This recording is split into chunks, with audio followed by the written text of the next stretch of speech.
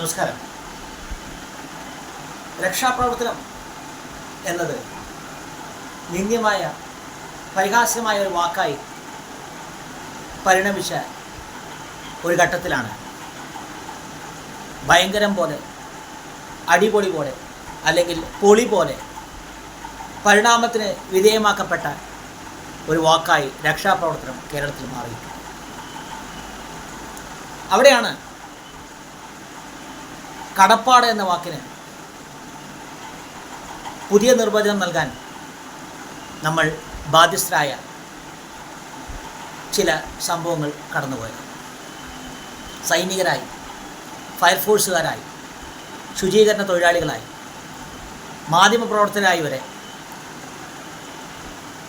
ചില ആളുകൾ നമ്മുടെ മുന്നിലൂടെ കടന്നുപോയി.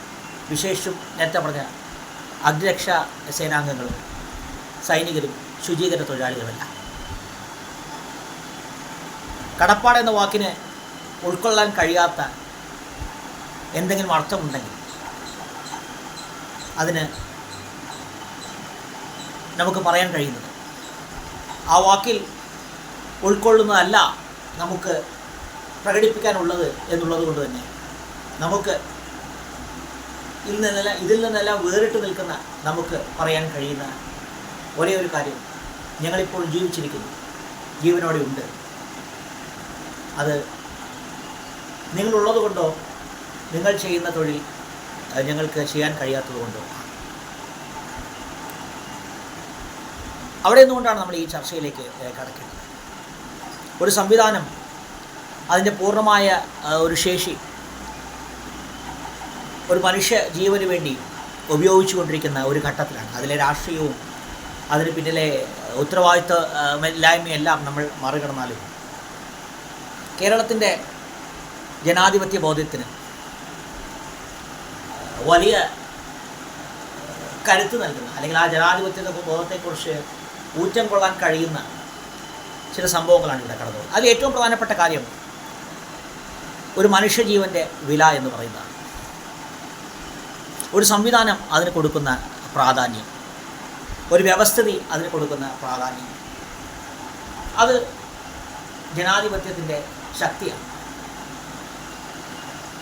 ഇന്ത്യൻ ഭരണഘടനയെക്കുറിച്ച് നമ്മൾ പലവട്ടം ചർച്ച ചെയ്തു. ഭരണഘടന വലിയൊരു തിരഞ്ഞെടുപ്പ് വിഷയം തന്നെ ആയി മാറിക്കൊണ്ടിരിക്കുന്ന ഒരു ഘട്ടത്തിൽ നിന്നുകൊണ്ടാണ് നമ്മൾ വളരെ പ്രധാനപ്പെട്ട ഒരു വിഷയത്തിലേക്ക് കടക്കുന്നത്. നിയമസഭാ തെരഞ്ഞെടുപ്പ്, തദ്ദേശ തെരഞ്ഞെടുപ്പ്, ഇതെല്ലാം വെളിപ്പുറത്ത് നിൽക്കുന്ന ഒരു ഘട്ടത്തിൽ നിന്നുകൊണ്ടാണ് നമ്മൾ സെൻസസ് എന്ന വിഷയത്തിലേക്ക് നമ്മൾ കിടക്കുന്നത്. സെൻസസും ജാതി സെൻസസും കേന്ദ്ര ബജറ്റ് വന്നു കഴിഞ്ഞു. നമ്മൾ തിരഞ്ഞെടുപ്പ് ജയിച്ച ഘട്ടത്തിൽ നമ്മൾ ചർച്ച ചെയ്ത പോലെ തന്നെ ഘടകകക്ഷി രാഷ്ട്രീയത്തിൻ്റെ സമ്മർദ്ദത്തിന് വഴങ്ങേണ്ടി വരുന്ന ഒരു സാഹചര്യം BJPക്ക് ഉണ്ടാകുന്നു. കർഷകരും സ്ത്രീകളും വോട്ട് ചെയ്യാൻ വിമുഖത കാണിക്കുന്ന യൂട്യൂബാനന്തര തലമുറയും ആ തലമുറയും കൂടി ഉൾക്കൊള്ളുന്ന ഒരു സാമ്പത്തിക നയം രൂപവൽക്കരിക്കാൻ BJP ബാധ്യസ്ഥരാകും. ബജറ്റുമായി ബന്ധപ്പെട്ട് നമുക്ക് മറ്റൊരു ഘട്ടത്തിൽ ചർച്ച ചെയ്യും. അപ്പോൾ അവിടെ നിന്നുകൊണ്ടാണ് നമ്മൾ സെൻസസിലേക്കും ജാതി സെൻസസിലേക്കും എത്തുന്നത്. ഉത്തരവാദിത്തമുള്ള ഒരു പൊതുസമൂഹം എങ്ങനെ സൃഷ്ടിക്കപ്പെടുന്നു എന്നുള്ള ചർച്ചകളിലേക്കാണ് നമ്മൾ ഇവിടെ കാണുന്നത്. അവിടെയാണ് നമ്മൾ ഫിൻലൻഡിലേക്ക് ആദ്യം പോകുന്നത്. ഗ്ലോബൽ ഹാപ്പിനെസ് ഇൻഡെക്സിൽ എല്ലാ കാലത്തും മുൻപന്തിയിൽ നിൽക്കുന്ന ഒരു പ്രദേശം എന്നതുപോലെ തന്നെ ലോകത്തെ ഏറ്റവും ഉന്നതമായ, പ്രത്യേകിച്ചും അടിസ്ഥാന വിദ്യാഭ്യാസ മേഖലയിൽ ഏറ്റവും ഉന്നതമായ നിലവാരം പുലർത്തുന്ന ഒരു രാജ്യമാണ് ഫിൻലാൻഡ്. ഇത് രണ്ടും ചേർന്ന് പോകുന്നതാണ്. കേരളത്തിൽ അതുമായി നമുക്ക് വലിയ രീതിയിൽ നമുക്കതിനെ ചേർത്ത് വയ്ക്കാൻ കഴിയും. നമ്മളത് ആവർത്തിക്കുന്നില്ല. കേരളത്തിൻ്റെ സാമൂഹിക പുരോഗതിയും വിദ്യാഭ്യാസ നിലവാരമായി ബന്ധപ്പെട്ടു. അപ്പോൾ ഉന്നതമായ വിദ്യാഭ്യാസ നിലവാരം നേടിയ ഒരു ജനത ഏറ്റവും മികച്ച സാമൂഹിക സംവിധാനങ്ങളെ ആവശ്യപ്പെടുന്നു. ആ ഏറ്റവും മികച്ച സാമൂഹിക സംവിധാനങ്ങൾ, ഏറ്റവും മികച്ച സാങ്കേതിക വിദ്യയും ഏറ്റവും മികച്ച ഭരണകൂടത്തെയും സൃഷ്ടിക്കുന്നു. അതിലൂടെ ഏറ്റവും നിലവാരമുള്ള സാമൂഹികമായി, ആരോഗ്യപരമായി, വിദ്യാഭ്യാസപരമായി, സാംസ്കാരികമായി പുരോഗതി നിൽക്കുന്ന ഒരു ജനതയെ സൃഷ്ടിക്കുന്നു. കേരളം അത്തരമൊരു ഘട്ടത്തിലൂടെ കടന്നു പോകുമ്പോഴാണ് നമ്മൾ സെൻസസുമായി ബന്ധപ്പെട്ട വിഷയത്തിലേക്ക് കടക്കുന്നത്. എന്നാൽ സെൻസസ് തിരഞ്ഞെടുപ്പ് വിഷയമാകുമോ എന്നുള്ള ഒരു ചർച്ചയിലേക്ക് നമുക്ക് ഇപ്പോൾ എന്തുകൊണ്ട് കടക്കാൻ കഴിയില്ല എന്നുള്ള കാര്യത്തിലേക്കാണ് നമ്മൾ ആദ്യം കിടക്കുന്നത്. കാരണം നമ്മൾ വലതുപക്ഷവുമായി ബന്ധപ്പെട്ട അല്ലെങ്കിൽ ഗ്ലോബൽ സൗത്ത് വലതുപക്ഷവുമായി ബന്ധപ്പെട്ട മറ്റൊരു പ്രധാനപ്പെട്ട വീഡിയോ നമ്മൾ ചർച്ച ചെയ്യുന്നുണ്ട്. അപ്പോൾ ഇവിടെ ആഭ്യന്തര കുടിയേറ്റം തുടങ്ങിയവയെല്ലാം വലിയ രീതിയിൽ ചർച്ചയാവുന്ന ഒരു കാലഘട്ടത്തിലൂടെയാണ് നമ്മൾ കടന്നത്. അത് സൗത്ത് കൊറിയയിലെ അല്ലെങ്കിൽ ജപ്പാനിലെ സൗത്ത് കൊറിയക്കാരനാവാം, മെക്സിക്കൻ മതിലാവാം, കർണാടകയിലെ തമിഴ്നാട്ടുകാരനാവാം, തമിഴ്നാട്ടിലെ മലയാളിയാവാം, ഉത്തരേന്ത്യയിലെ ദക്ഷിണേന്ത്യക്കാരനാവാം. ആഭ്യന്തര കുടിയേറ്റവും വലിയ രീതിയിൽ സാമൂഹിക ഭിന്നതകൾക്ക്, പ്രാദേശിക രാഷ്ട്രീയത്തിന് വഴിവെക്കുന്ന ഒരു സാഹചര്യത്തിലൂടെ നമ്മൾ കടന്നു പോകും. അത്തരമൊരു ഘട്ടത്തിൽ സെൻസസ് വലിയ രീതിയിൽ അത്യാവശ്യമാണ്. ഇതൊന്നും അല്ലെങ്കിൽ പോലും സെൻസസ് ആവശ്യമാണ്. അപ്പോൾ തന്നെയും സെൻസസ് ഏറ്റവും അത്യാവശ്യമായ ഒരു ഘട്ടത്തിലൂടെയാണ് നമ്മൾ കടന്നു പോകുന്നത്. അവിടെ നിന്നുകൊണ്ടാണ് നമ്മൾ ഈ ചർച്ച ആരംഭിക്കുന്നത്. സെൻസസ് എന്ന് പറയുന്നത് കേവലം സ്ഥിതിയുടെ കണക്കുകളല്ല. നമ്മളിപ്പോൾ കർണാടകയിലെ രക്ഷാപ്രവർത്തനത്തെക്കുറിച്ച് നമ്മൾ പറയുന്നുണ്ട്. കൃത്യമായ കണക്കുകളില്ലാത്തൊരു ഭരണ സംവിധാനത്തെ നമ്മുടെ മുന്നിൽ കാണും. ഇത് തന്നെയാണ് ഇന്ത്യയുടെ കാര്യത്തിലും ഇന്ന് ഇന്ത്യ എന്ന രാജ്യത്തിൻ്റെ കാര്യത്തിൽ സംഭവിക്കുന്നത്. സങ്കീർണമായ അതിർത്തികളുള്ള, ആ അതിർത്തികളിൽ മതം വലിയ ഘടകമാകുന്ന ഒരു രാജ്യം. ആ ഒരു രാജ്യത്ത് കുടിയേറ്റം മതവുമായി ബന്ധപ്പെട്ട വിഷയമാകുന്നു. അത് ഭരണകൂടങ്ങളുടെ വിധി നിർണ്ണയിക്കുന്നു. രാജ്യത്തിൻ്റെ സാമൂഹികമായ നിലനിൽപ്പിനെ ചോദ്യം ചെയ്യുന്നു, അല്ലെങ്കിൽ നിലനിൽപ്പിനെ നിർണ്ണയിക്കുന്നു. അത്തരമൊരു ഘട്ടത്തിൽ പോലും കൃത്യമായ കണക്ക് ഒരു സംവിധാനത്തിന് മുമ്പിൽ ഇല്ല എന്നുള്ളത് വേദനിപ്പിക്കുന്ന കാഴ്ചയാണ്. അപ്പോൾ ഈ തദ്ദേശ തെരഞ്ഞെടുപ്പിൽ സെൻസസുമായി ബന്ധപ്പെട്ടത് ഒരു സെൻസസ് വേണമോ വേണ്ടയോ എന്നുള്ളത് ചർച്ച ചെയ്യേണ്ടതിനെക്കുറിച്ച് ഇവിടെ നമ്മൾ ചർച്ച ചെയ്യുന്നത്. പ്രാദേശിക വിഷയങ്ങൾ ചർച്ച ചെയ്യേണ്ട ഒരു തെരഞ്ഞെടുപ്പ് തന്നെയാണ് കരുതുന്നത്. എന്നാൽ പോലും വയനാട് എന്നുള്ള മണ്ഡലത്തിൽ പ്രിയങ്ക ഗാന്ധിയെപ്പോൾ ദേശീയ നേതാവ് മത്സരിക്കുന്ന വയനാട് എന്നൊരു മണ്ഡലത്തിൽ സെൻസസുമായി ബന്ധപ്പെട്ട ഒരു വിഷയം ചർച്ച ചെയ്യേണ്ടത്. ആ സെൻസസിലേക്ക് എത്തുമ്പോഴാണ് നമ്മൾ ജാതി സെൻസസിലേക്കും CAA-യിലേക്കും എത്തുന്നത്. എന്താണ് ജാതി സെൻസസ്, എന്താണ് CAA? നമുക്കറിയാവുന്നൊരു കാര്യം, CAA BJP അനുകൂലിക്കുന്നു, BJP എല്ലാത്ത രാഷ്ട്രീയ പാർട്ടികളും എതിർക്കുന്നു. എന്നാൽ ജാതി സെൻസസിൻ്റെ കാര്യത്തിലുള്ളത്, ഇതിലേതെങ്കിലും ഒരു രാഷ്ട്രീയ പ്രസ്ഥാനം ഇതിൽ ആത്മാർത്ഥമായ താല്പര്യം കാണിക്കുന്നുണ്ടോ എന്നതാണ്. കാരണം ജാതി സെൻസസ് എന്ന് പറയുന്നത് പ്രത്യേകിച്ചും കേരളത്തിൽ വളരെ സങ്കീർണമായ ഒരു വിഷയമാണ്. വെള്ളാപ്പള്ളി നടേശൻ്റെയും ഹുസൈൻ മടവൂരിൻ്റെയും ഒക്കെ പ്രസ്താവനകളും കമ്മ്യൂണിസ്റ്റ് പാർട്ടിയുടെ മുസ്ലിം പീഡനവുമായി ബന്ധപ്പെട്ട വിഷയങ്ങളെല്ലാം നമ്മൾ ചർച്ച ചെയ്യുമ്പോഴാണ് ജാതി സെൻസസ് എന്ന രാഷ്ട്രീയത്തിലേക്ക് നമ്മൾ കണ്ടത്. എന്തുകൊണ്ട് ജാതി സെൻസസ് അനിവാര്യമാകുന്നു, അല്ലെങ്കിൽ എന്തുകൊണ്ട് ജാതി സെൻസസിനോട് കേരളത്തിലെ രാഷ്ട്രീയ പ്രസ്ഥാനങ്ങൾ മുഖം തിരിക്കുന്നു, BJP അല്ലാത്ത രാഷ്ട്രീയ പ്രസ്ഥാനങ്ങൾ പോലും മുഖം തിരിക്കുന്നുണ്ട്, നമ്മൾ മറ്റൊരു വീഡിയോ ചർച്ച ചെയ്തു. ആ വീഡിയോയുടെ ലിങ്ക് ഈ വീഡിയോയുടെ കൂടെ ചേർത്ത്. അപ്പോൾ സെൻസസും ജാതി സെൻസസും CAA-യും വലിയൊരോളം സ്ഥിതിവിവര കണക്കുമായി ബന്ധപ്പെട്ടിട്ടുള്ള ഒരു രാജ്യത്തിൻ്റെ വിഭവങ്ങൾ വിതരണം ചെയ്യുന്നതുമായി ബന്ധപ്പെട്ട വിഷയം. ഒരു ബജറ്റ് വന്ന സമയത്ത് ബജറ്റിലെ നയങ്ങളെക്കുറിച്ച്, അതിലെ ഘടകകക്ഷി രാഷ്ട്രീയവുമായി നിലനിൽക്കുന്ന രാഷ്ട്രീയ പ്രസ്ഥാനത്തിൻ്റെ പരിമിതികളെക്കുറിച്ച് നമ്മൾ ചർച്ച ചെയ്തു. അപ്പോൾ പോലും സെൻസസും ജാതി സെൻസസും പ്രതിപക്ഷം വലിയ രീതിയിൽ ചർച്ചയാക്കുന്നില്ല എന്നുള്ളത് വളരെ ആശങ്കയോടെ നമ്മൾ നോക്കിയിട്ടുണ്ട്. അവിടെയാണ് നമ്മൾ കേരള രാഷ്ട്രീയത്തിൻ്റെ ഗതി നിർണ്ണയിക്കുന്ന ന്യൂനപക്ഷ ഭൂരിപക്ഷ രാഷ്ട്രീയത്തിലേക്ക് എത്തുന്നത്. കേരളത്തിൽ ജാതി സെൻസസ് കൊണ്ട് ഏറ്റവും വലിയ നഷ്ടം സംഭവിക്കാൻ പോകുന്നത് യഥാർത്ഥത്തിൽ മുസ്ലിം സമുദായത്തിനാണ് എന്നുള്ള തിരിച്ചറിവിലേക്കാണ് നമ്മളിവിടെ എത്തുന്നത്. കാരണം ജാതി സെൻസസ് എന്നുള്ളത് സംവരണവുമായി ബന്ധപ്പെട്ട വിഷയമല്ല. സാമൂഹിക പുരോഗതി, സാമൂഹിക പുരോഗതി നേടിയ ഒരു സംവിധാനത്തിൽ എന്തിനാണ് സംവരണം എന്ന ചോദ്യമാണ് അത് ആദ്യം ഉയർത്താൻ പോകുന്നത്. സെൻസസ് എന്നത് വിഭവങ്ങളുടെ വിതരണവുമായി ബന്ധപ്പെട്ടതാണ്. അത് നമ്മളത് ചർച്ച ചെയ്തു.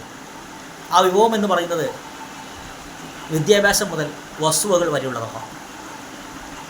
പലചരക്ക് മുതൽ സർക്കാർ സേവനങ്ങൾ വരെയാവാം. ഇതെല്ലാം കണക്കിലെടുത്തുകൊണ്ട് കേരളത്തിൽ സംവരണം ആവശ്യമുള്ളവരായിട്ട് ഏകദേശം ആരും വരില്ല എന്നുള്ള യാഥാർത്ഥ്യത്തിലേക്കാണ് നമ്മൾ എത്തുന്നത്. അവിടെയാണ് നമ്മൾ മറ്റൊരു വീഡിയോ നമ്മൾ ചർച്ച ചെയ്തിരുന്നത്. ലിംഗന്യൂനപക്ഷങ്ങൾക്കും മറ്റും അത്തരം ആദിവാസി വിഭാഗങ്ങൾക്ക് മാത്രമായിട്ട് സംവരണം ചർച്ച ചെയ്യേണ്ടതിനെക്കുറിച്ച് നമ്മൾ പറഞ്ഞു. അവിടെയാണ് നമ്മൾ വീണ്ടും പ്രധാനപ്പെട്ട വിഷയത്തിലേക്ക് കടക്കുന്നത്. കേരള രാഷ്ട്രീയം വീണ്ടും മതത്തിലേക്ക് ചുരുങ്ങാൻ പോകുന്ന വളരെ പ്രധാനപ്പെട്ട ഒരു ഘട്ടത്തിലേക്കാണ് കിടക്കുന്നത്. ആ ഘട്ടത്തിൽ നിന്നുകൊണ്ടാണ് നമ്മൾ മാധ്യമങ്ങളിലേക്കും സാമൂഹ്യ മാധ്യമങ്ങളിലേക്കും കിടക്കുന്നത്. ഈ തെരഞ്ഞെടുപ്പിൻ്റെ ഗതി ആര് എങ്ങനെ നിർണ്ണയിക്കുമെന്നുള്ളതിനാണ് നേരത്തെ പറഞ്ഞ സെൻസസ്, ജാതി സെൻസസ് അല്ലെങ്കിൽ ജാതി സെൻസസും ഏറ്റെടുക്കാൻ കേന്ദ്രത്തിലെ രാഷ്ട്രീയ പ്രസ്ഥാനങ്ങൾക്കുള്ള അതേ വിമുഖത കേരളത്തിലെ രാഷ്ട്രീയ സംവിധാനങ്ങൾക്കും ഉണ്ട് എന്നുള്ളതാണ് നമ്മൾ ചർച്ച ചെയ്യേണ്ട പ്രധാനപ്പെട്ട ഘടകം. ഒരു സവർണ രാഷ്ട്രീയത്തിൻ്റെ അല്ലെങ്കിൽ ഹിന്ദു രാഷ്ട്രീയത്തിൻ്റെ വക്താക്കളായ രാജ്യം ഭരിക്കുന്ന രാഷ്ട്രീയ പാർട്ടിക്ക് ഒരുപക്ഷെ വേണമെങ്കിൽ ഉത്തരേന്ത്യയിൽ ജാതി സെൻസസ് വോട്ടിനുള്ള ഒരു ആയുധമാക്കി എടുക്കാൻ കഴിയും. പ്രധാനമായും ജാതി സെൻസസിനെ എതിർക്കേണ്ടതും അവർ തന്നെയാണ്. എന്നാൽ ഇവിടെ വൈരുദ്ധ്യം എന്ന് പറയുന്നത് ജാതി സെൻസസുമായി ബന്ധപ്പെട്ട വിഷയങ്ങളിൽ പ്രതിപക്ഷം പ്രാധാന്യം കാണിക്കുന്നില്ലെന്ന്. അവിടെ നിന്നുമാണ് നമ്മൾ സ്ഥിതിവിവര കണക്കിലേക്കും കേരളത്തിൻ്റെ രാഷ്ട്രീയത്തിലേക്ക് എത്തുന്നത്. അവിടെയാണ് നമ്മൾ മാധ്യമങ്ങളും സാമൂഹ്യ മാധ്യമങ്ങളും കേരള രാഷ്ട്രീയത്തിൽ നിർണായക ശക്തി ആവുന്നില്ല എന്നുള്ള ഒരു ചർച്ചയിലേക്ക് എത്തുന്നത്. പ്രളയമടക്കമുള്ള വിഷയങ്ങളിൽ കേരള മാധ്യമങ്ങൾ കാണിച്ച ഇടപെടൽ അല്ലെങ്കിൽ നടത്തിയ ഇടപെടലുകൾ ശ്ലാഘനീയമാണ്. ഇപ്പോൾ ഷിരൂരിൽ നടക്കുന്ന രക്ഷാപ്രവർത്തനത്തിൽ പോലും തുടക്കഘട്ടത്തിൽ ഒരു വലിയ സമ്മർദ്ദ ശക്തിയായി നിൽക്കാൻ മാധ്യമങ്ങൾ കഴിയുന്നു. അതിനുശേഷം അതൊരു നാലാംകിട മാധ്യമ മത്സരമായി മാറുമെന്ന് നമ്മൾ കണ്ടു. എന്നാൽ ഇവിടെ ഏറ്റവും പ്രധാനപ്പെട്ട വിഷയം കേരളത്തിൻ്റെ രാഷ്ട്രീയം രൂപപ്പെടുന്നതിൻ്റെ ദൃശ്യങ്ങളാണ് ഇവിടെ നമ്മൾ കാണുന്നത്. അതിലാദ്യത്തേതാണ് കർണാടക സർക്കാരിൻ്റെ അനാസ്ഥയുമായി ബന്ധപ്പെട്ട കേരളത്തിലെ പ്രതികരണം. കേരളത്തിലെ നിർണായക രാഷ്ട്രീയ ശക്തിയായ കോൺഗ്രസിനും കമ്മ്യൂണിസ്റ്റ് പാർട്ടിയും ഈ വിഷയത്തിലുള്ള പ്രതികരണങ്ങൾ നമ്മൾ വളരെ ഗൗരവത്തോടെ കാണേണ്ടത്. കോൺഗ്രസിൻ്റേത് നമുക്ക് പ്രതീക്ഷിക്കാൻ കഴിയുന്ന പ്രതീക്ഷിച്ച ഒരു പ്രതികരണം തന്നെയാണ്. കോൺഗ്രസ്സിന് ദക്ഷിണേന്ത്യയിൽ കേരളം കഴിഞ്ഞാൽ ഏറ്റവും ശക്തമായ സാന്നിധ്യമുള്ള ഒരു പ്രദേശത്ത് കോൺഗ്രസിൻ്റെ പരിമിതികളെ നമുക്ക് കോൺഗ്രസ് സംവിധാനത്തെ അനാസ്ഥയെക്കുറിച്ച് നമുക്ക് അവർക്ക് വിമർശിക്കാൻ കഴിയും. എന്നാൽ ആ വിഷയത്തിൽ പേരിനുള്ള ചില പ്രതിഷേധങ്ങൾ ഒഴിച്ചു നിർത്തിയാൽ കമ്മ്യൂണിസ്റ്റ് പാർട്ടി സ്വീകരിച്ച നയം നമ്മൾ വളരെ ആഴത്തിൽ ചിന്തിക്കേണ്ടത്. അത് കേരളത്തിൽ ഉരുത്തിരിയുന്ന രാഷ്ട്രീയത്തിൻ്റെ ശക്തിയാണ് നമുക്ക് తెలిയുന്നത്. എന്താണ് കേരള രാഷ്ട്രീയത്തിൽ സംഭവിക്കുന്നതെന്നുള്ളതിന് ഇതിൽ കൂടുതൽ തെളിവ് നൽകാൻ നമുക്ക് കഴിയില്ല. മാധ്യമങ്ങളെക്കുറിച്ച് പറയുമ്പോൾ തന്നെ അതിൽ ഏറ്റവും പ്രധാനപ്പെട്ട നമുക്ക് കേരള രാഷ്ട്രീയത്തിലെ ന്യൂനപക്ഷ രാഷ്ട്രീയത്തിൻ്റെ അല്ലെങ്കിൽ ന്യൂനപക്ഷ രാഷ്ട്രീയത്തിൻ്റെ ചലനം നമുക്ക് കൃത്യമായി മനസ്സിലാക്കാൻ കഴിയുന്നത് മീഡിയ വണ്ണിൽ നിന്നാണ്. ഈ വിഷയം ഷിരൂരിലെ രക്ഷാപ്രവർത്തനം മീഡിയ വൺ എന്നുള്ള ചാനൽ കൈകാര്യം ചെയ്ത രീതി നമ്മൾ വളരെ ശ്രദ്ധാപൂർവ്വം വീക്ഷിക്കണം. അവിടെ നിന്നും കേരളത്തിലെ രാഷ്ട്രീയം ഉരുത്തിരിയുകയും കേരളത്തിലെ മുസ്ലിം വോട്ടുകൾ, പ്രത്യേകിച്ച് തീവ്ര മുസ്ലിം വോട്ടുകൾ എവിടേക്ക് പോകുമെന്നുള്ളതിൻ്റെ ഒരു സൂചിക ആ വിഷയം മീഡിയ വൺ കൈകാര്യം ചെയ്ത രീതിയിൽ നമുക്ക് മനസ്സിലാക്കും. മീഡിയ വണ്ണിനെക്കുറിച്ച് പറയുമ്പോഴാണ് നമ്മൾ അർജൻറ്റീനയിലേക്ക് എത്തേണ്ടത്. മീഡിയ വണ്ണിൻ്റെ നേരത്തെ രക്ഷാപ്രവർത്തകരോട് പറഞ്ഞ പോലെ തന്നെ, രക്ഷാപ്രവർത്തകരോടുള്ള കടപ്പാട് പോലെ തന്നെ മീഡിയ വണ്ണിൻ്റെ ഊരുവിലക്കിൽ പ്രതിഷേധിച്ച് ആത്മഹത്യയ്ക്ക് ശ്രമിച്ച അർജൻറ്റീന ജീവിതത്തിലേക്ക് തിരിച്ചു വന്നു എന്നുള്ള വാർത്ത നമ്മളിവിടെ അറിയിക്കുകയാണ്. അതിൽ നമ്മളുടെ കൃതജ്ഞത സർവേശ്വരനോട് നമ്മൾ അറിയിക്കുന്നു. അർജൻറ്റീന വളരെ വേഗം സുഖം പ്രാപിക്കട്ടെ. അപ്പോൾ കേരളത്തിലെ കമ്മ്യൂണിസ്റ്റ് പാർട്ടിയുടെയും മീഡിയ വൺ എന്നുള്ള ചാനലിൻ്റെയും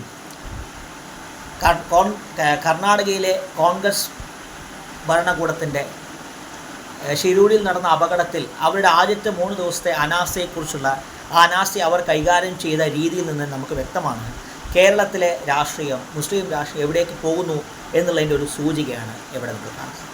അവിടെ നിന്നുമാണ് നമ്മൾ നേരത്തെ പറഞ്ഞ സെൻസസ് എന്ന വിഷയം ഏറ്റെടുക്കാനുള്ള കോൺഗ്രസ് കമ്മ്യൂണിസ്റ്റ് പാർട്ടിയുടെ, പ്രത്യേകിച്ചും ജാതി സെൻസസ് എന്ന വിഷയം ഏറ്റെടുക്കാനുള്ള കേരളത്തിലെ കോൺഗ്രസ് കമ്മ്യൂണിസ്റ്റ് പ്രസ്ഥാനങ്ങളുടെ പരിമിതിയിലേക്ക് നമ്മൾ എത്തി. കാരണം കേരളത്തിലെ മീഡിയ എന്ന് പറയുന്നത്, പ്രത്യേകിച്ചും ഉമ്മൻചാണ്ടിയുടെ കാര്യത്തിൽ തന്നെ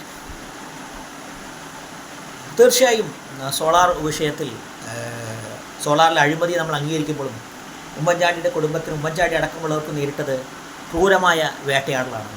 കമ്മ്യൂണിസ്റ്റ് പാർട്ടിയുടെ സ്വതസിദ്ധമായ എതിരാളി വേട്ടയാടുന്ന രീതി തന്നെയാണ്. എങ്കിൽ പോലും കേരള രാഷ്ട്രീയത്തിലെ ഒരു വിശുദ്ധനായി ഉമ്മൻചാണ്ടി ഉയർന്നു വരുന്ന ഒരു സാഹചര്യം, അല്ലെങ്കിൽ ഉയർത്തിക്കാട്ടുന്ന സാഹചര്യം, നിലനിൽപ്പിന് വേണ്ടി ഉമ്മൻചാണ്ടിയിലേക്ക് എത്തേണ്ട ഒരു സാഹചര്യം കേരളത്തിൻ്റെ പൗരബോധത്തെ വലിയ രീതിയിൽ ചോദ്യം ചെയ്യുന്നു. പ്രത്യേകിച്ച് നമ്മൾ അമേരിക്കൻ തിരഞ്ഞെടുപ്പൊക്കെ നമ്മൾ കാണുന്നു. സാധാരണക്കാരനായി ആൾക്കൂട്ടത്തിൽ ഒരാളായി ഭരണാധികാരികൾ പാശ്ചാത്യ രാജ്യങ്ങളിൽ പോകുന്നു. അവരുടെ പ്രവർത്തനവും അവരുടെ പ്രായവും അനാരോഗ്യവും പ്രകടന മികവും എല്ലാം പരസ്യമായി വിലയിരുത്തപ്പെടുന്ന ഒരു ഘട്ടത്തിൽ നിന്നുകൊണ്ടാണ് വ്യക്തികൾ വിശുദ്ധരാക്കി മാറ്റപ്പെടുന്ന ഒരു മാധ്യമ സംസ്കാരം ഇവിടെ ഉയർന്നു വരുന്നത്. ആ മാധ്യമ സംസ്കാരത്തിൽ നിന്നുകൊണ്ടാണ് നമ്മൾ കേരള രാഷ്ട്രീയത്തിലേക്ക് കടക്കുന്നത്. കാരണം കേരളത്തിലെ മാധ്യമങ്ങൾ വലിയ രീതിയിൽ രാഷ്ട്രീയമായി ഉപയോഗിക്കപ്പെടുന്നു എന്നുള്ളത് നമ്മൾ പലവട്ടം ചർച്ച ചെയ്തു. അവിടെയാണ് നമ്മൾ ജാതി സെൻസസ് വിഷയമാവാത്ത ഒരു കേരള രാഷ്ട്രീയം വരുന്നതും അവിടെ പ്രാദേശിക വിഷയങ്ങൾ ഏത് രീതിയിലാണ് ചർച്ച ചെയ്യപ്പെടാൻ പോകുന്നത് എന്നുള്ളതുമാണ് നമ്മൾ ഇവിടെ ഇപ്പോൾ ചർച്ച ചെയ്യുന്നത്.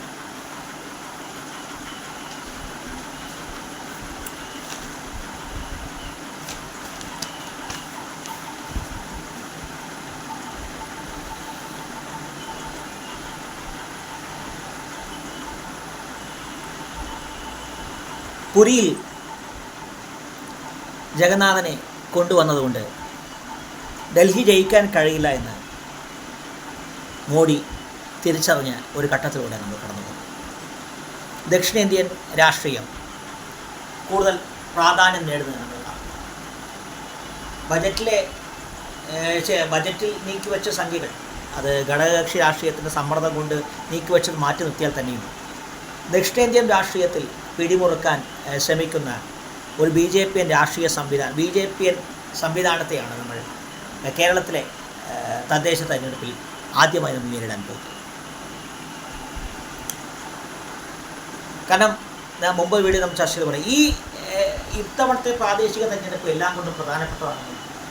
ലോക്സഭാ തെരഞ്ഞെടുപ്പിന് ശേഷം നടക്കുന്ന വളരെ പ്രധാനപ്പെട്ട ഒരു തെരഞ്ഞെടുപ്പാണ്, പ്രത്യേകിച്ച് കേരളത്തിൽ ദക്ഷിണേന്ത്യയിൽ എന്നുള്ളത് നമ്മൾ മുമ്പൊരു വീഡിയോയിൽ പറഞ്ഞു. ലോക്സഭാ തെരഞ്ഞെടുപ്പിന് ശേഷം നടന്ന ബംഗാളിലടക്കമുള്ള തെരഞ്ഞെടുപ്പിൽ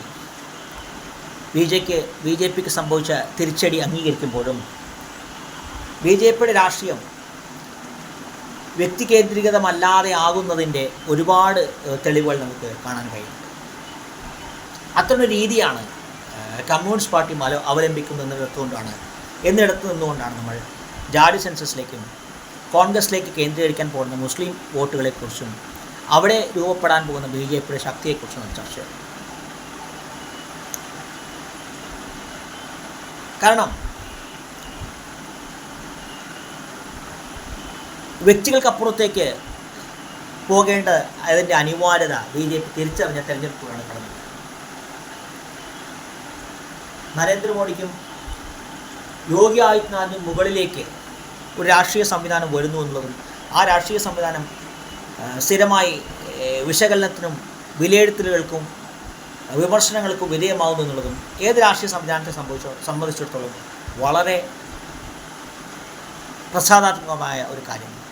ലോകമെമ്പാടും നമ്മൾ മുമ്പ് വീട് ചർച്ച ചെയ്ത പോലെ ഭരണകൂടങ്ങൾ ഏകാധിപത്യത്തിലേക്ക് കടന്നപ്പോഴും കോൺഗ്രസ് എന്ന രാഷ്ട്രീയ സംവിധാനം നിലനിന്നത് ഒരു കുടുംബവാഴ്ചയിലേക്ക് അത് അതപ്പതിച്ചപ്പോൾ പോലും നിലനിൽക്കുന്നതിന് കാരണം ഈ ഒരു ജനാധിപത്യ സംവിധാനം. എന്നാൽ ആ ജനാധിപത്യ സംവിധാനം കോൺഗ്രസ്സിന് കൈമോശം വരുന്നതിൻ്റെ ഒരുപാട് ലക്ഷണങ്ങൾ നമ്മൾ ഇപ്പോൾ കാണുന്നു.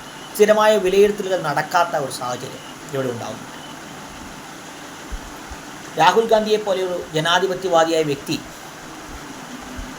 അല്ലെങ്കിൽ അഴിമതിയുടെ കറവില്ലാത്തൊരു വ്യക്തി നടത്തിയ ചില പ്രകടനങ്ങൾ, അഖിലേഷ് യാദവിൻ്റെ ഉത്തരേന്ത്യയുടെ മർമ്മ പറഞ്ഞ അഖിലേഷ് യാദവിൻ്റെ ചില രാഷ്ട്രീയങ്ങൾ, BJPയുടെ സവർണ കർഷക വിരുദ്ധ സ്ത്രീ വിരുദ്ധ രാഷ്ട്രീയം, ഇതെല്ലാം സൃഷ്ടിച്ച ഒരു മേൽക്കൈയുണ്ട്. ആ മേൽക്കൈയിലൂടെ ലഭിച്ചതാണ് തങ്ങൾക്ക് ലഭിച്ച സീറ്റുകൾ എന്ന് തിരിച്ചറിയാൻ കോൺഗ്രസ് വൈകുമ്പോഴാണ് വലിയൊരു തിരിച്ചടി എന്ന് കൃത്യമായ വിലയിരുത്തൽ നടത്തുകയും ഒരു ജനാധിപത്യ സംവിധാനത്തിലേക്ക് BJP എത്തുകയും ചെയ്യുന്നത് നമ്മൾ കാണുന്നത്. അവിടെ നിന്നുമാണ് നമ്മൾ ദക്ഷിണേന്ത്യൻ രാഷ്ട്രീയത്തിലേക്ക് കടക്കുന്നത്. ചന്ദ്രബാബു നായിഡുവിലൂടെ രേവന്ത് റെഡ്ഡിയും ചന്ദ്രബാബു നായിഡുവും തമ്മിലുള്ള ബാന്ധവത്തിലൂടെ ദക്ഷിണേന്ത്യയിലേക്ക് വലിയ രീതിയിൽ കടന്നു കയറാൻ BJP കഴിയുമെന്ന് തന്നെയാണ് നമ്മൾ വിശ്വസിക്കുന്നത്. സാമൂഹികമായും സാമ്പത്തികമായും സാംസ്കാരികമായും പിന്നോക്കം പോയ രണ്ട് സംസ്ഥാനങ്ങൾക്ക് ആ സംസ്ഥാനങ്ങളിൽ നിന്നും മറ്റ് സംസ്ഥാനങ്ങൾ പിറവികൊണ്ട, അല്ലെങ്കിൽ ആ പിറവികൊണ്ടതിൻ്റെ പേരിലുള്ള സാമ്പത്തികമായ അസമത്വം നേരിടുന്ന രണ്ട് പ്രദേശങ്ങൾക്ക്, അത് ജാർഖണ്ഡ് നഷ്ടപ്പെട്ട ബീഹാറാവാം, തെലങ്കാന നഷ്ടപ്പെട്ട ആന്ധ്രയാവാം, അവിടേക്ക് സാമ്പത്തിക സഹായം നൽകിക്കൊണ്ട് ദേശീയ രാഷ്ട്രീയത്തിൽ നയപരമായ തീരുമാനങ്ങൾ എടുക്കാൻ കഴിയുന്ന ഒരു ശക്തിയായി ഘടകകക്ഷികളുടെ സമ്മർദ്ദത്തിനിടയിലും നിലനിന്നുകൊണ്ട് ദക്ഷിണേന്ത്യൻ രാഷ്ട്രീയത്തിലേക്ക് BJP കടന്നു കയറുന്നത് നമുക്ക് കാണാൻ കഴിയും. അവിടെ നേരത്തെ പറഞ്ഞ നമ്മൾ ജാതി രാഷ്ട്രീയത്തിലേക്ക് കടക്കുന്നത്.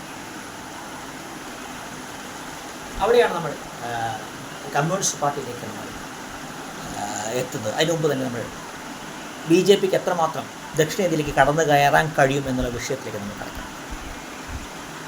നമ്മൾ മുമ്പൊരു വീഡിയോയിൽ പറഞ്ഞതുപോലെ പ്രാദേശിക രാഷ്ട്രീയവും പ്രാദേശികവാദവും വലിയ രീതിയിൽ കടന്നു കയറുന്ന തെരഞ്ഞെടുപ്പാണ് ഇവിടെ കടന്നു പോകുന്നത്. കേരളത്തിൻ്റെ മുല്ലപ്പെരിയാർ എന്ന ആവശ്യമാവാം, കർണാടകയും തമിഴ്നാടും തമ്മിലുള്ള ഡാമിൻ്റെ പ്രശ്നമാവാം, നോർത്ത് ഈസ്റ്റ് ആവാം, നോർത്ത് ഈസ്റ്റിനുള്ളിലെ പ്രശ്നങ്ങളാവാം, മണിപ്പൂർ അടക്കമുള്ളവ, ഇതെല്ലാം സൃഷ്ടിക്കുന്ന പ്രാദേശികവാദത്തെ എങ്ങനെ നേരിടാൻ കഴിയും എന്നതാണ് ഇനി പ്രധാനമാകുന്നത്. ബജറ്റിൽ പിന്തള്ളപ്പെടുമ്പോഴും ദക്ഷിണേന്ത്യയിൽ കേരളം തങ്ങൾക്ക് ആവശ്യമാണ് എന്ന് BJP തെളിയിക്കുന്നുണ്ട്. പ്രത്യേകിച്ചും ഈ കർണാടക ഷിരൂരിലെ രക്ഷാപ്രവർത്തനം അടക്കമുള്ളതും മംഗലാപുരം ഡിവിഷൻ അടക്കമുള്ള വിഷയങ്ങളെല്ലാം നമുക്ക് കാണാൻ കഴിയുന്നത് ദേശീയ രാഷ്ട്രീയത്തിൽ ദക്ഷിണേന്ത്യയെ, കേരളം അടക്കമുള്ള ദക്ഷിണേന്ത്യയെ വലിയ രീതിയിൽ അവഗണിക്കാൻ BJP തയ്യാറാവുന്നില്ല എന്നുള്ളത് തന്നെയാണ്. മറ്റൊരു പ്രധാനപ്പെട്ട കാര്യമാണ് നമ്മൾ നേരത്തെ പറഞ്ഞ പോലെ ദ്രാവിഡ രാഷ്ട്രീയം എന്ന് പറയുന്നത്. ദ്രാവിഡ രാഷ്ട്രീയത്തെ പൂർണ്ണമായും പുൽകിക്കൊണ്ട് ദേശീയ രാഷ്ട്രീയത്തെ, ഇന്ത്യ എന്ന BJPയുടെ ആശയത്തെ തള്ളിക്കളയാൻ BJP തയ്യാറാവുന്നില്ല എന്നിടത്താണ് നമ്മൾ ദക്ഷിണേന്ത്യ എന്ന് പറയുന്നത് എത്ര വിശാലമായൊരു പദ്ധതിയാണ് BJPക്ക് എന്നത് നമ്മൾ തിരിച്ചറിയും. പെട്ടെന്ന് ദ്രാവിഡ രാഷ്ട്രീയത്തിന് കീഴടങ്ങിക്കൊണ്ട് ഞങ്ങൾക്ക് തമിഴകത്തേക്ക് കടക്കണ്ട എന്ന് ചിന്തിക്കുന്നിടത്താണ് BJPയുടെ രാഷ്ട്രീയം നമ്മൾ വിലയിരുത്തുന്നത്. അവിടെയാണ് ഒരു സവർണ രാഷ്ട്രീയ പാർട്ടി എന്ന മേലങ്കി BJP വലിച്ചെറിയും നമ്മൾ കാണുന്നതും. എന്നിട്ട് പോലും ജാതി രാഷ്ട്രീയം എന്ന, അല്ലെങ്കിൽ ജാതി സെൻസസ് എന്ന വിഷയത്തിലേക്ക് കോൺഗ്രസ് കടക്കുന്നില്ല എന്നുള്ളത് നമ്മൾ വിലയിരുത്തുക. കാരണം BJPക്ക് കടന്നു ചെല്ലാൻ കഴിയുന്ന പ്രവിശ്യകൾ ഒന്ന് തന്നെയാണ് ബംഗാളും തമിഴ്നാടുമെല്ലാം. വ്യക്തി കേന്ദ്രീകൃത രാഷ്ട്രീയത്തിൻ്റെ അവശേഷിക്കുന്ന ചില ബിംബങ്ങളാണ് മമതാ ബാനർജിയും DMK. ഒരുപക്ഷെ DMK അല്ലെങ്കിൽ സ്റ്റാലിനോളം അധപ്പതിക്കുന്ന നിലയിലേക്ക് തൃണമൂൽ കോൺഗ്രസ് വരുന്നതും ദളിത് മുസ്ലിം രാഷ്ട്രീയത്തിൻ്റെ വക്താക്കളായി ബംഗാൾ മാറുന്നതും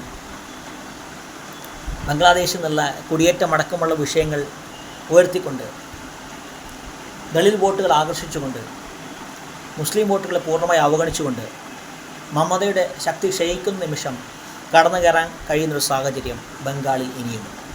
അതിനെ നേരിടാൻ കഴിയണമെങ്കിലാണ് നേരത്തെ പറഞ്ഞ സെൻസസിലേക്കും ജാതി സെൻസസിലേക്കും കോൺഗ്രസ് കടക്കേണ്ടതും അതിന് കോൺഗ്രസ് വിമുഖത കാണിക്കുന്നു.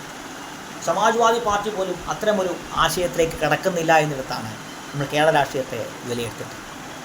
മുമ്പൊരു വീഡിയോയിൽ പറഞ്ഞ പോലെ കേരളത്തിലെ കമ്മ്യൂണിസ്റ്റ് പാർട്ടിയെ പോലെ ദളിത് മുസ്ലിം വോട്ടുകളുടെ ബലത്തിൽ നിലനിൽക്കുന്ന സമാജ്വാദി പാർട്ടി അടക്കമുള്ള രാഷ്ട്രീയ പ്രസ്ഥാനങ്ങൾ ജാതി സെൻസസ് അടക്കമുള്ള വിഷയങ്ങളോട് കാണിക്കുന്ന താല്പര്യക്കുറവിൽ നിന്നുകൊണ്ടാണ് നമ്മൾ കേരളത്തിലെ തെരഞ്ഞെടുപ്പിൻ്റെ പ്രാധാന്യം ചർച്ച ചെയ്യേണ്ടതും കേരളത്തിലെ തെരഞ്ഞെടുപ്പ് ഏത് രീതിയിൽ രൂപപ്പെടാൻ പോകുന്നു എന്നുള്ളത് നമുക്ക് തിരിച്ചറിയണം.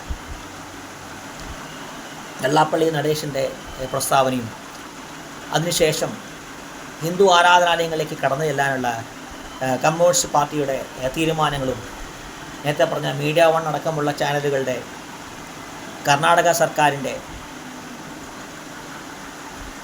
അനാസ്ഥയോടുള്ള പ്രതികരണമെല്ലാം ചേർത്ത് വായിക്കുമ്പോൾ മുസ്ലിം വോട്ടുകൾ കേന്ദ്രീകരിക്കാൻ പോകുന്നത് എവിടെയാണെന്നുള്ളതും അതിലൂടെ BJPക്ക് എന്ത് നേടാൻ കഴിയുന്നു എന്നുള്ളതാണ് ഇനി കേരളത്തിൽ ചർച്ച. എന്നാൽ കേരളത്തിലെ BJP നേതൃത്വം വലിയ അളവോളം കോൺഗ്രസിനെയും കമ്മ്യൂണിസ്റ്റ് പാർട്ടിയും സഹായിക്കുന്നു എന്നുള്ളത് സത്യമാണ്. എല്ലാം കൊണ്ടും കുത്തഴിഞ്ഞ ശക്തമായ നേതൃനിരയില്ലാത്ത ഒരു സംവിധാനമായിട്ട് BJP അധപ്പതിക്കുന്നു. ഇന്ത്യ എമ്പാടുമുള്ള പ്രാദേശിക രാഷ്ട്രീയ പ്രസ്ഥാനങ്ങളിൽ സംഭവിക്കുന്ന അതേ അപജയം ഇന്ന് BJPക്ക് സംഭവിക്കുന്നു. അതുകൊണ്ട് തന്നെയാണ് നമ്മൾ ദക്ഷിണേന്ത്യൻ രാഷ്ട്രീയത്തിൻ്റെ പ്രാധാന്യത്തിലേക്ക് നോക്കുന്നത്. അവിടെയാണ് നമ്മൾ സെൻസസിലേക്കും ജാതി സെൻസസിലേക്കും വീണ്ടും നിൽക്കുന്നത്.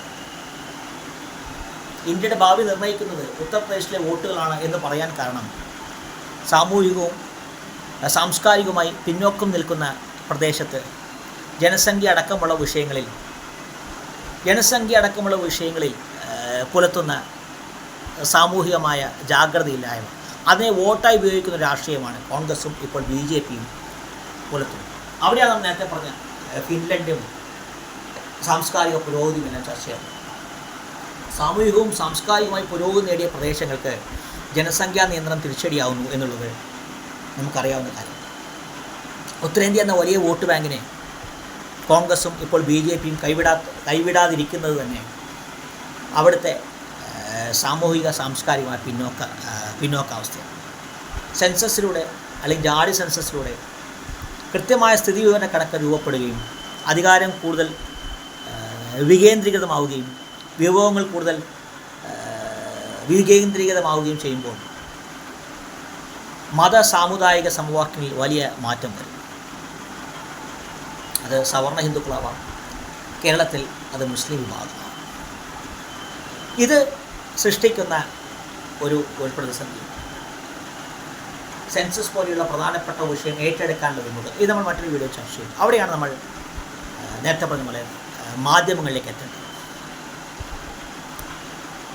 മാധ്യമങ്ങളെ ശക്തമായ വിഷയങ്ങൾ ഏറ്റെടുക്കാൻ വിമുഖത കാണിക്കുന്ന മാധ്യമങ്ങൾ ഇവിടെ വലിയ ഭീഷണി നിൽക്കുന്നത് അതുകൊണ്ടാണ്. സെൻസസിൻ്റെയും ജാതി സെൻസസിൻ്റെയും പ്രാധാന്യം പോലും രാഷ്ട്രീയ ചൈവോടെ മാത്രം നോക്കിക്കാണുന്ന ഒരു മാധ്യമ സംസ്കാരം സൃഷ്ടിക്കുന്ന പ്രതിസന്ധി അത് നമ്മൾ കേരളത്തിലെ ചാനലുകളിൽ കാണുന്നു.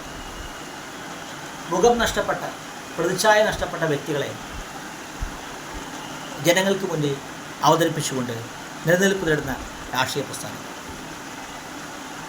അത് ഫിലിപ്പൈൻസിൽ തിരിച്ചെത്തുന്ന ഏകാധിപതിയായ ഭരണാധികാരിയാവാം,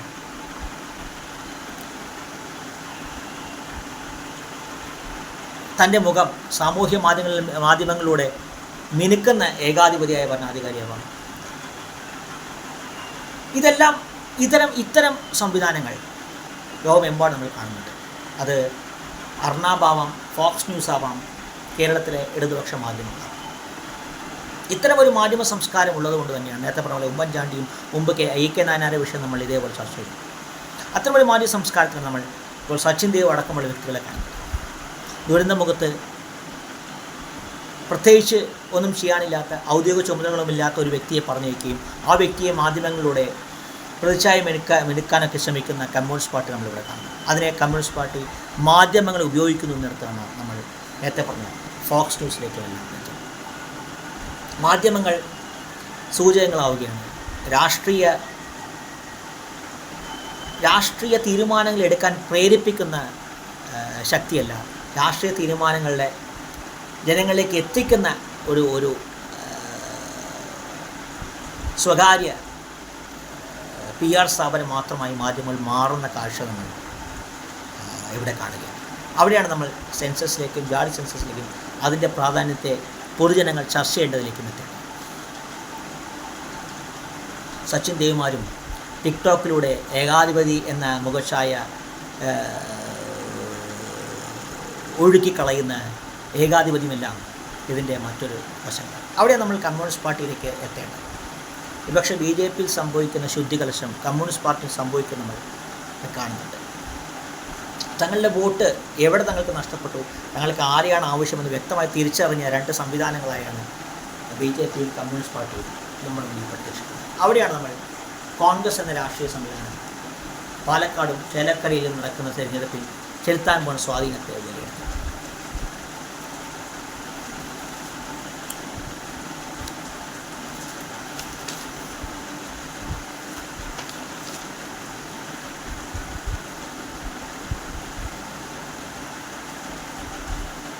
കെ സി വേണുഗോപാൽ എന്ന വ്യക്തി ആധിപത്യം ഉറപ്പിക്കുന്ന ഒരു കോൺഗ്രസ് പ്രസ്ഥാനം നമ്മളിവിടെ കാണുന്നു. അത്തരം ഒരു സംവിധാനം, അത്തരം ഒരു കോൺഗ്രസ്സിന് തിരിച്ചറിയേണ്ട ചില വിലയിരുത്തലുകൾ, ഉണ്ടാവേണ്ട ചില തിരിച്ചറിവുകളുണ്ട്. ആ തിരിച്ചറിവുകളിലേക്കാണ് നമ്മൾ ആദ്യമായി കടക്കേണ്ടത്. അതിൽ ആദ്യത്തേത് മധുരയിൽ നിന്ന് ശബരിമലയിലേക്കുള്ള വളരെ ചെറിയ കാലയളവിലാണ് സാങ്കേതികതയുടെ പൂർണ്ണതയിലേക്ക് പാശ്ചാത്യ ലോകം അല്ലെങ്കിൽ എത്തിക്കൊണ്ടിരിക്കുന്നത്. 1900 മധ്യത്തിൽ നായനാരിലൂടെ EMSലൂടെ പൊതുജനങ്ങളുടെ മുന്നിൽ സ്വീകാരനാക്കപ്പെട്ട അബ്ദുൽ നാസർ മദനിയും അവിടെ നിന്നുമാണ് നമ്മൾ ഈ ഒരു കോൺഗ്രസ് രാഷ്ട്രീയത്തിലേക്ക് കടക്കുന്നത്. ആ കാലഘട്ടം വളരെ പ്രധാനപ്പെട്ടതാണ്. ഗ്ലോബലൈസേഷനും ബെർലിൻ വാളും സോവിയറ്റ് യൂണിയൻ്റെ തകർച്ചയും എല്ലാം സൃഷ്ടിച്ച ഒരു പ്രത്യേക കമ്പോള സാമൂഹിക സാഹചര്യം. സാങ്കേതികവിദ്യയുടെ അതിപ്രസരം ഉണ്ടാകുന്നു, കൂടുതൽ കണ്ടുപിടുത്തങ്ങളിലേക്ക് വരുന്നു, ലോകം കൂടുതൽ തുറക്കുന്നു, കൂടുതൽ തൊഴിലാളികളെ സാങ്കേതികമായി സാമ്പത്തികമായി പുരോഗതി നേടിയ രാജ്യങ്ങൾക്ക് കൂടുതൽ തൊഴിലാളികളെ ആവശ്യമുള്ളതായി വരുന്നു, കുടിയേറ്റം വലിയ രീതിയിൽ ആരംഭിക്കുന്നു. ആ രാജ്യങ്ങളിലാണ് ഇന്ന് വലതുപക്ഷം രൂപപ്പെട്ടുകൊണ്ടിരിക്കുന്നത്. ആ രാജ്യങ്ങളുമായി ബന്ധപ്പെട്ട ബന്ധങ്ങളിൽ വലിയ മാറ്റങ്ങൾ വരുന്നു. അവിടെയെല്ലാം വലതുപക്ഷം രൂപപ്പെടുന്നു എന്നുള്ളതും ഇസ്ലാമിക തീവ്രവാദവുമായി നമ്മൾ ചേർന്ന് വായിക്കണം. അവിടെയാണ് നമ്മൾ നേരത്തെ പറഞ്ഞ ജാതി സെൻസസിലേക്കും അത് ഏറ്റെടുക്കാൻ വിമുഖത കാണിക്കുന്ന കോൺഗ്രസിലേക്കും എത്തുന്നത്. പഴകിപ്പോയ വിഷയമാണെങ്കിലും വീണ്ടും സെൻസസിലേക്കും ജാതി സെൻസസിലേക്കും എത്തേണ്ടതിൻ്റെ ആവശ്യകതയും അതിന് കോൺഗ്രസ് കാണിക്കുന്ന വിമുഖതയും അത് കേരളത്തിൽ സൃഷ്ടിക്കാൻ പോകുന്ന രാഷ്ട്രീയ സാഹചര്യത്തെക്കുറിച്ച് നമ്മൾ തിരിച്ചറിയുന്നു. കാരണം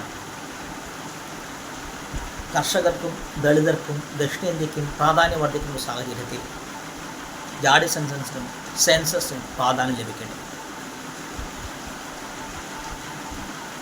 അസം, വെസ്റ്റ് ബംഗാൾ, തമിഴ്നാട് പോലെയുള്ള സംസ്ഥാനങ്ങളിൽ, വിശേഷിച്ചും വെസ്റ്റ് ബംഗാളിലും തമിഴ്നാട്ടിലും മുസ്ലിം വോട്ടുകൾ ഗതി നിർണ്ണയിക്കുന്നു.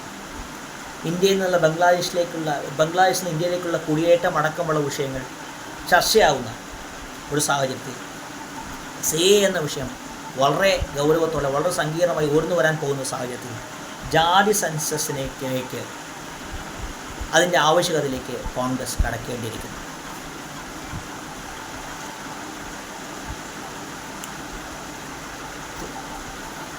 ഇറ്റലിയും ഫ്രാൻസും അമേരിക്കയുമെല്ലാം കോൺഗ്രസ് നൽകുന്ന സന്ദേശം അതുതന്നെ.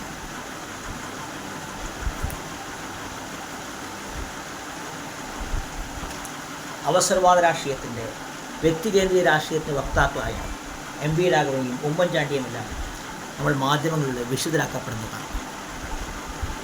ചാരക്കേസ് അടക്കമുള്ള വിഷയങ്ങളിൽ നമ്പിനാരായണൻ്റെ കഥ നമുക്കറിയാം.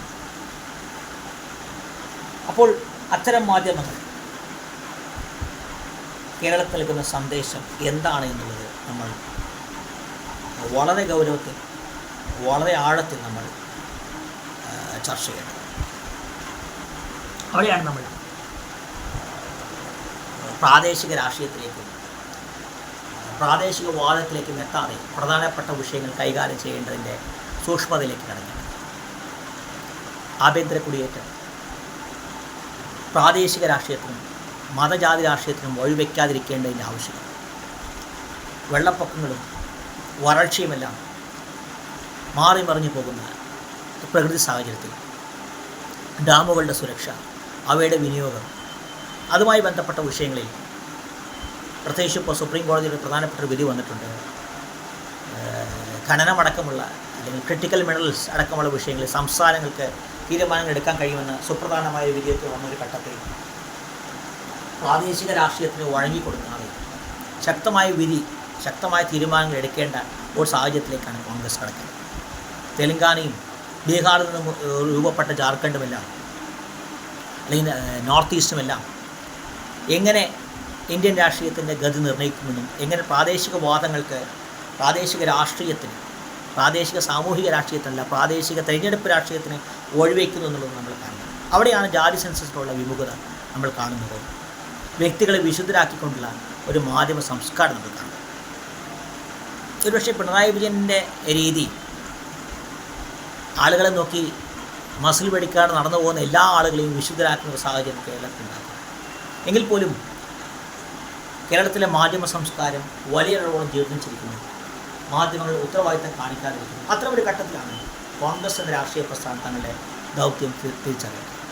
ഡെമോക്രാറ്റുകളും റിപ്പബ്ലിക്കുകളുമെല്ലാം ലേബറും കൺസർവേറ്റീവും എല്ലാമുള്ള ഒരു പാശ്ചാത്യ രാഷ്ട്രീയത്തിൽ കാലാനുസൃതമായ നയങ്ങൾ മാറ്റാൻ ഈ രാഷ്ട്രീയ പ്രസ്ഥാനങ്ങളെല്ലാം തയ്യാറാവുന്നുണ്ട്. അവരുടെ പരിമിതികളും പിഴവുകളും എന്തൊക്കെയുണ്ടെങ്കിൽ അത്തരമുള്ള നയങ്ങൾക്ക്, തിരുത്തലുകൾക്ക് കോൺഗ്രസ് തയ്യാറാകുമോ എന്നുള്ളതാണ് പ്രധാനപ്പെട്ട കാര്യം. രാഷ്ട്രീയ തിരിച്ചറിവ് കോൺഗ്രസും CPM-ഉം വലിയ അളവോളം നേടിയെഴുന്നത് നമുക്ക് അവരുടെ നയങ്ങളിൽ നിന്ന് മനസ്സിലാക്കാൻ കഴിയും. ആ തിരിച്ചറിവിലേക്ക് കോൺഗ്രസ് എത്തുന്നു. സെൻസസും ജാതി സെൻസസും വളരെ പ്രധാനപ്പെട്ട ഡാമുകളും ആഭ്യന്തര കുടിയേറ്റവും വലിയ രീതിയിലുള്ള മതജാതി രാഷ്ട്രീയത്തിന് വഴിവെക്കും. അതുകൊണ്ട് തന്നെ ശക്തമായ തീരുമാനങ്ങളിലേക്ക് പോകാൻ കോൺഗ്രസ് പ്രസ്ഥാനം തയ്യാറാകുന്നു. വീണ്ടും ഒരു പ്രാദേശികവാദത്തിന്, അതിലൂടെ ഉരുത്തിരിഞ്ഞു വരുന്ന സമ്മർദ്ദ രാഷ്ട്രീയത്തിന് കീഴടങ്ങാൻ ഇന്ത്യൻ സമൂഹത്തെ അനുവദിക്കുന്നു. ഇന്ത്യക്ക് സ്വാതന്ത്ര്യം നേടുന്ന പാർട്ടി, സ്വാതന്ത്ര്യം നേടിത്തന്ന കോൺഗ്രസുമായി ഒരു ബന്ധവും ഇന്നത്തെ കോൺഗ്രസ് ഇല്ലെങ്കിൽ പോലും അത്തരമൊരു പാരമ്പര്യം അവകാശപ്പെടുന്ന രാഷ്ട്രീയ പ്രസ്ഥാനത്തിന് ഈ രാജ്യത്തോട് വരാൻ പോകുന്ന തലമുറകളോട് വലിയ ഉത്തരവാദിത്വം അതവർ ഏറ്റെടുത്തേ മതിയാകും.